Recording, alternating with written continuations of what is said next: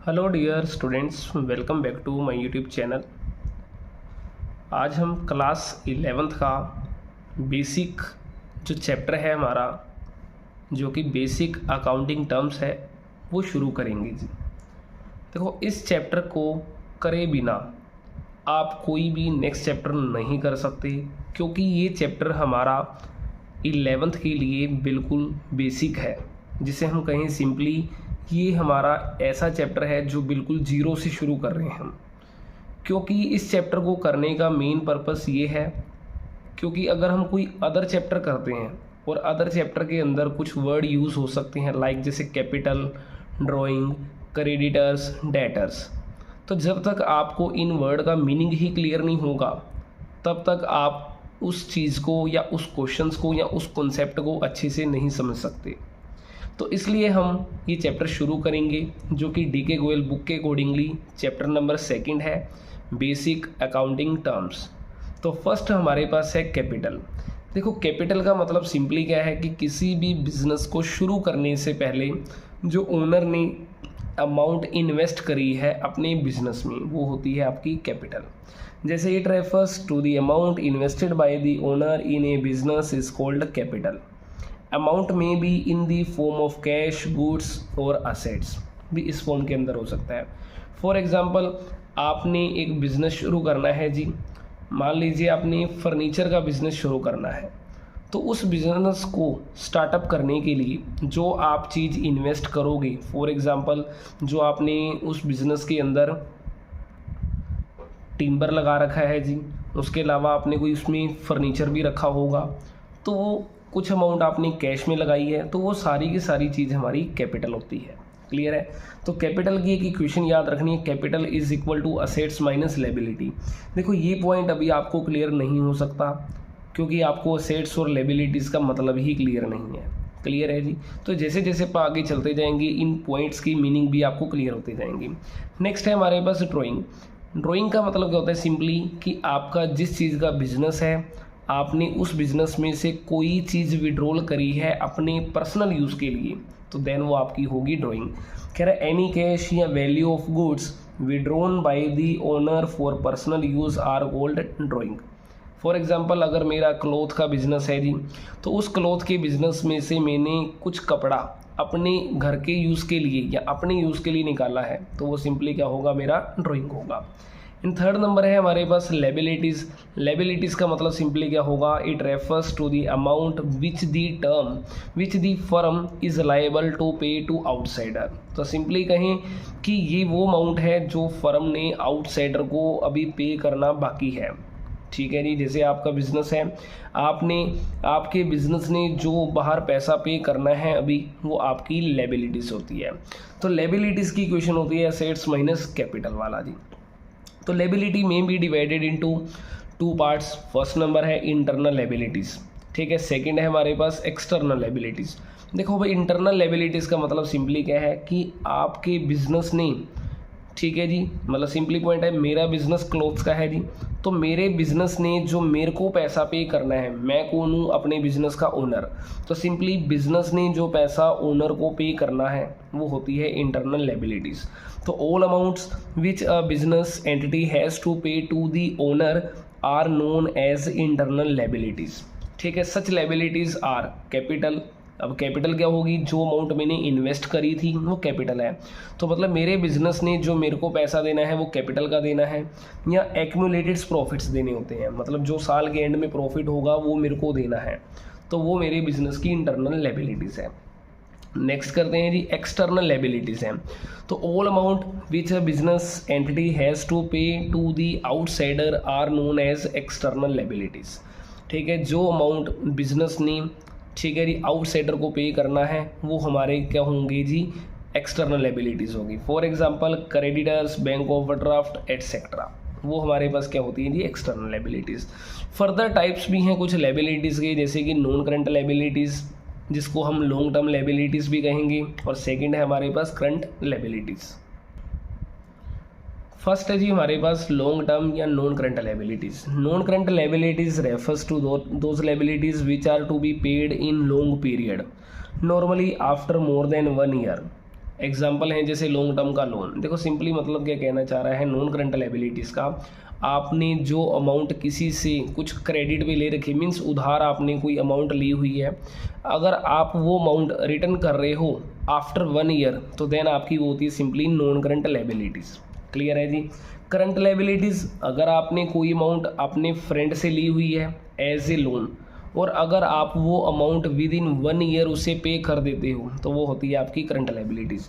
तो current liabilities refers to those liabilities which are to be paid in near future, जो कि normally होगा हमारा within 1 year. For example जैसे कि बैंक ओवरड्राफ्ट। बैंक ओवरड्राफ्ट का मतलब सिंपली है कि अकाउंट के अंदर जितनी अमाउंट आपकी डिपॉजिट है, आपने उससे एक्सेस विड्रॉल कर लिया, तो वो अमाउंट आपकी, जो एक्सेस आपने विड्रॉल करा, वो अमाउंट होती है आपकी बैंक ओवरड्राफ्ट। क्लियर है जी। तो वो अमाउंट आपने विद इन 1 ईयर ही पे करनी होती है, वो हमारी करंट लायबिलिटीज़ है। सेम ऐसे हैं क्रेडिटर एटसेट्रा। क्रेडिटर का मीनिंग हम आगे डिस्कस करेंगे डिटेल में जी। तो क्रेडिटर के बाद हम चलते हैं जी, अगला पॉइंट है जी असेट्स। देखो असेट्स का मतलब सिंपली क्या है कि आपके बिजनेस को कोई भी चीज़ जो कैश गेट करने में हेल्प करे, वो सारी की सारी चीज़ क्या होती है, असेट्स होती है। क्लियर है जी।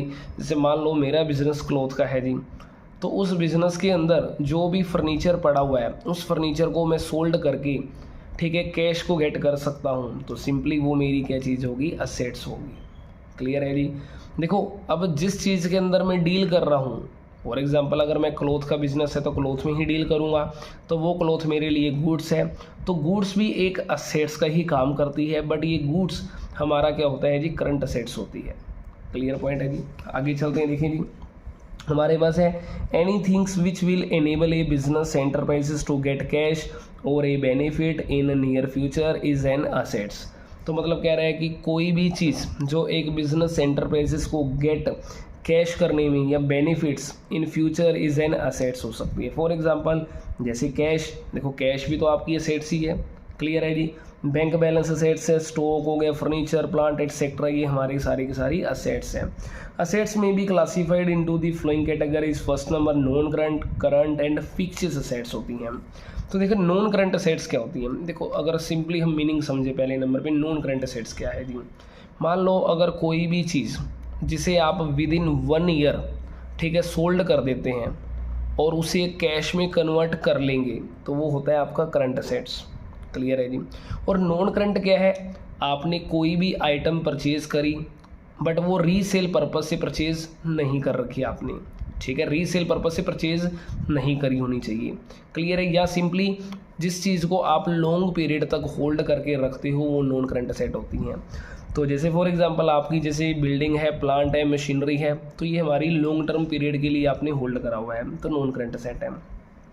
तो non current assets are those assets which are held for continued use in business is for the purpose of production या हेल्ड फॉर लॉन्ग पीरियड, ठीक है जी, are called non current assets. मतलब कोई भी असेट्स जो आपने लंबे पीरियड के लिए होल्ड कर रखी है या सिंपली जो कि आपने प्रोडक्शन पर्पस के लिए परचेज कर रखी है, वो हमारी सारी की सारी नॉन करंट असेट्स होती हैं जी। तो नॉन करंट असेट्स भी अगेन टाइप्स हैं इसके मेनली, ठीक है जी। फर्स्ट नंबर है टेंजिबल और इनटेंजिबल असेट्स। देखो टेंजिबल का मतलब होता है कि ऐसी असेट्स जिसे आप देख सकते हो, छू सकते हो, टेंजिबल असेट्स हैं। फॉर एग्जांपल अगर आपके घर का जो फर्नीचर है जी, वो टेंजिबल है क्योंकि आप उस असेट्स को देख पा रहे हो, टच कर पा रहे हो। तो tangible assets are those assets which can be seen और touch such as plant, machinery, furniture etcetera. Second number है हमारे पास जी intangible sets. Intangible sets are those sets which can not been seen और टच्ड, जो आप देख और छू नहीं सकते, सच एज गुड्स, ठीक है जी, गुडविल होगी आपकी, कंप्यूटर सॉफ्टवेयर हो गए एटसेट्रा। तो इंटेंजिबल सेट्स वही जिसे आप देख और छू नहीं सकते, वो आपकी इंटेंजिबल होते हैं। फॉर एग्जांपल जैसे अगर आपका मोबाइल हैंग हो रहा है जी, तो सिंपली आप क्या करते हो जी, मोबाइल रिपेयर वाले पर्सन के पास जाओगे, दुकान वाले के पास, वो आपका फ़ोन को क्या करेगा जी, कोई भी सॉफ्टवेयर अपडेट कर देगा। तो सॉफ्टवेयर जैसे ही वो डाल देगा, तो सॉफ्टवेयर डालने के बाद आपका कंप्यूटर, आपका जो मोबाइल है वो स्मूथली रनिंग कर रहा है। तो सिंपली क्या है जी, वो उसके लिए एक तरीके से इंटेंजिबल असेट्स है जी। क्लियर है। तो इसके बाद है जी अपने पास करंट असेट्स। देखो current assets are those sets which are converted into cash within 1 year. देखो कोई भी असेट्स जिसे आप विद इन 1 ईयर कैश में कन्वर्ट कर लेते हो तो वो सारी की सारी असेट्स हमारी क्या होती हैं, हमारी करंट असेट्स होती हैं। इसके अंदर कुछ एग्जांपल हैं, जैसे एग्जांपल छोड़े पहले नंबर पे इनकी सेकंड नेम भी है अनदर नेम्स। कह रहे हैं these assets are also termed as short lived या एक्टिव असेट्स होती हैं। फॉर एग्जांपल जैसे डेटर्स हो गया, स्टॉक हो गया, एटसेट्रा। ठीक है जी, मेनली आप इसे इन सारी चीज़ों को विद इन 1 ईयर कैश में कन्वर्ट कर सकते हो। थर्ड है हमारे पास फिक्चर्स असेट्स। देखो फिक्चर्स का मतलब होता है नॉमिनल असेट्स। तो these are the assets which can not be realised in cash या no further benefit can be derived from these assets. Such assets include debit balance of profit and loss count. Simply मतलब क्या कह रहे हैं, कुछ sets हमारी ऐसी sets होती हैं जिनसे आपको कोई भी कैश नहीं मिलता या फ्यूचर के अंदर कोई भी फर्दर बेनिफिट नहीं मिलने वाला, तो वो हमारी सारी की सारी सेट्स क्या होती हैं जी, फिक्स्ड सेट्स होती हैं। इनके कुछ एग्जांपल होते हैं जैसे कि debit balance of profit and loss count, advertisement का सस्पेंस काउंट होता है जी, डेफर्ड रेवेन्यू एक्सपेंडिचर्स, ये सारे के सारे हमारी फिक्स्ड सेट्स होती हैं। फिफ्थ नंबर है हमारे पास जी एक्सपेंडिचर्स। तो एक्सपेंडिचर मीन्स क्या होता है जी, एक्सपेंडिचर्स रेफर्स टू पेमेंट्स, ठीक है जी, मेड और liabilities incurred for the purpose of acquiring assets, goods या सर्विसेज कॉल्ड एक्सपेंडिचर्स। सिंपली कहें तो एक्सपेंडिचर रेफर करता है पेमेंट मेड कि जो आपने पेमेंट कर दी हो, या liabilities incurred for the purpose of acquiring sets, किसी भी सेट्स को आपने एक्वायर करा हो और उसकी जो लायबिलिटी हो, या किसी भी सर्विस को परचेज करा हो उसकी जो लायबिलिटीज़ है, वो सारी की सारी क्या होती है, हमारी एक्सपेंडिचर होते हैं। एक्सपेंडिचर में भी classified into 3 categories, mainly 3 categories हैं। फर्स्ट नंबर होते हैं कैपिटल एक्सपेंडिचर्स। देखो कैपिटल एक्सपेंडिचर सिंपली अगर एग्जांपल दिए जाए, अगर आप कोई भी असेट्स को एक्वायर कर रहे हो, ठीक है जी, और उसको एक्वायर करने के लिए जो आप एक्सपेंडिचर दे रहे हो वो हमारा कैपिटल एक्सपेंडिचर होता है जी। कह रहा है any expenditure which is incurred in acquiring या increasing the value of a fixed assets is term as capital expenditure. जैसे as such the amount spent on the purchase, ठीक है, या इरेक्शन ऑफ बिल्डिंग। अगर आपने किसी भी बिल्डिंग को एक्वायर करने के लिए जो भी अमाउंट पे करी हो, capital expenditure. For example building को एक्वायर करने के लिए ब्रोकरेज का चार्जेस होगा जी, रजिस्ट्रेशन फीस है, वो सारे की सारी हमारी क्या होती हैं, कैपिटल एक्सपेंडिचर होते हैं। क्लियर है जी। और ये सारे के सारे एक्सपेंडिचर हमारे नॉन रिकरिंग होंगे। नॉन रिकरिंग मतलब कि नॉन रिपीटेशंस, जो कभी भी रिपीट नहीं होंगी, क्योंकि अगर आपने बिल्डिंग को एक्वायर करा तो उस बिल्डिंग के लिए आपने ब्रोकरेज को जो कमीशन दी है वो आपने एक सिंगल टाइम दी है। क्लियर है जी। तो वो हमारा कैपिटल एक्सपेंडिचर होता है। Revenue expenditure, any expenditures the full benefit of which is received during 1 accounting period. मतलब सिंपली कि ऐसे बेनिफिट्स या ऐसे एक्सपेंडिचर्स जिनका बेनिफिट आपको 1 अकाउंटिंग पीरियड तक ही होगा, वो होते हैं revenue expenditures. Such as cost of goods sold, salary, rent etcetera. देखो एक सबसे मोस्ट इंपॉर्टेंट मेन पॉइंट है क्या है रेवेन्यू एक्सपेंडिचर और कैपिटल एक्सपेंडिचर में। देखो कैपिटल एक्सपेंडिचर क्या करते हैं, इंक्रीज करते हैं, increasing the earning capacity of a business. ये बिजनेस की अर्निंग कैपेसिटी को हमेशा इंक्रीज करेंगे। बट जो रेवेन्यू एक्सपेंडिचर होते हैं वो मेंटेन करते हैं, maintain the existing level of earning, कि जो हमारी अर्निंग हो रही थी उसका प्रीवियस जो लेवल है उस लेवल को मेंटेन करने के लिए करते हैं जी। क्लियर है। नेक्स्ट है हमारे पास डेफर्ड रेवेन्यू एक्सपेंडिचर्स। तो these are there are certain expenditures which are revenue in natures but the benefit of which is likely to be derived over a number of year। कह रहा है simply कि कुछ expenditure हमारे ऐसे होते हैं जो नेचर से रिवेन्यू होते हैं बट जिनका बेनिफिट आपको नॉर्मली काफ़ी लंबे टाइम तक मिलने वाला है। तो such expenditures are termed as revenue as deferred revenue expenditures. तो वो हमारे होते हैं डेफर्ड रेवेन्यू एक्सपेंडिचर। इसके अंदर हमारा जो मेनली एग्जांपल रहेगा वो एडवर्टाइजमेंट से रिलेटेड रहेगा जी। लेकिन नेक्स्ट है हमारे पास एक्सपेंसेस। देखो एक्सपेंडिचर एंड एक्सपेंसेस दोनों अलग अलग टर्म्स हैं, तो दोनों को आपने अलग अलग ध्यान रखना है जी। Expenses is the cost incurred in producing and selling the goods and services. Simply क्या कह रहा है कि एक्सपेंसेस एक ऐसी कॉस्ट को रेफर करता है जो किसी भी चीज़ को प्रोडक्शन करने के लिए या गुड्स को सेल करने के लिए किया जा रहा है, तो वो हमारे सारे के सारे एक्सपेंसेस होते हैं। एग्जांपल हैं cost of goods sold, amount paid for rent, commission या सैलरी एटसेट्रा, वो सारे के सारे हमारे एक्सपेंसेस होते हैं। 7 है हमारे पास इनकम। देखो ये कह रहा है income is different from revenue, कि जो इनकम है हमारी वो रिवेन्यू से अलग होता है। देखो पहला पॉइंट आपको रिवेन्यू मतलब बता दें। रिवेन्यू मतलब सिंपली होता है कि गुड्स को सेल करने से जो पैसा आ रहा है वो आपका सिंपली क्या होता है जी, रेवेन्यू होता है। तो कह रहा है amount received from sale of goods is called revenue and the cost of goods sold is called expenses. मतलब उस गुड्स को सोल्ड करने की जो लागत है वो हमारा एक्सपेंसेस है, क्लियर है। और उस गुड्स को सेल करने से जो पैसा आएगा हमारा, क्लियर है जी, वो हमारा रिवेन्यू होता है।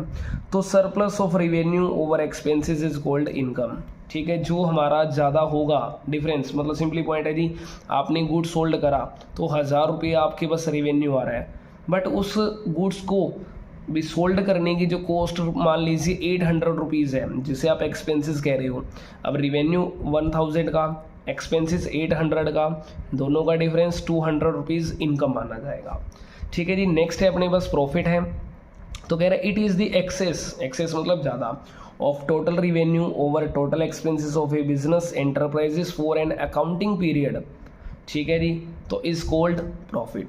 सिंपली क्या कह रहा है कि अगर हमारा टोटल जो रिवेन्यू है टोटल एक्सपेंसेस से ज़्यादा है, क्लियर है, एक बिजनेस का टोटल रिवेन्यू टोटल एक्सपेंसेस से ज़्यादा है किसी एक पर्टिकुलर पीरियड के अंदर, तो जो अमाउंट ज़्यादा होगी वही हमारी प्रॉफिट होने वाली है, क्लियर है जी।